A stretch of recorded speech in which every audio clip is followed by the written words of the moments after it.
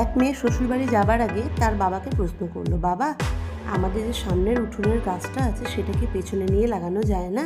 তখন বাবা মেয়েকে বলল, ওই গাছটা একটা 4 বছরের পুরনো গাছ, এটা এখন অন্য কোথাও লাগানো একদমই সম্ভব না। এখন যদি ওই গাছটি অন্য কোথাও নিয়ে লাগানো হয় তাহলে সেই মাটির সাথে সে নিজেকে মানিয়ে নিতে পারবে না এবং গাছটা মরেও যাবে।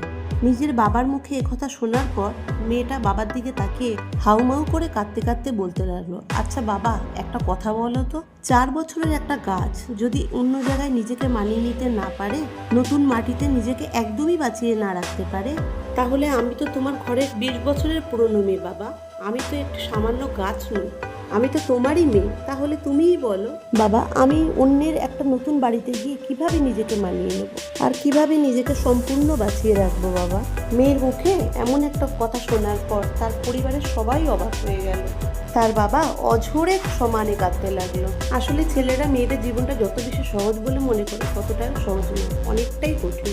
তাই আমি এই পৃথিবীর প্রত্যেকটা ছেলেকে বলবো, আপনারা সবাই দয়া করে মেয়েদের মন থেকে সম্মান করতে শিখুন আর মন থেকে ভালোবাসুন।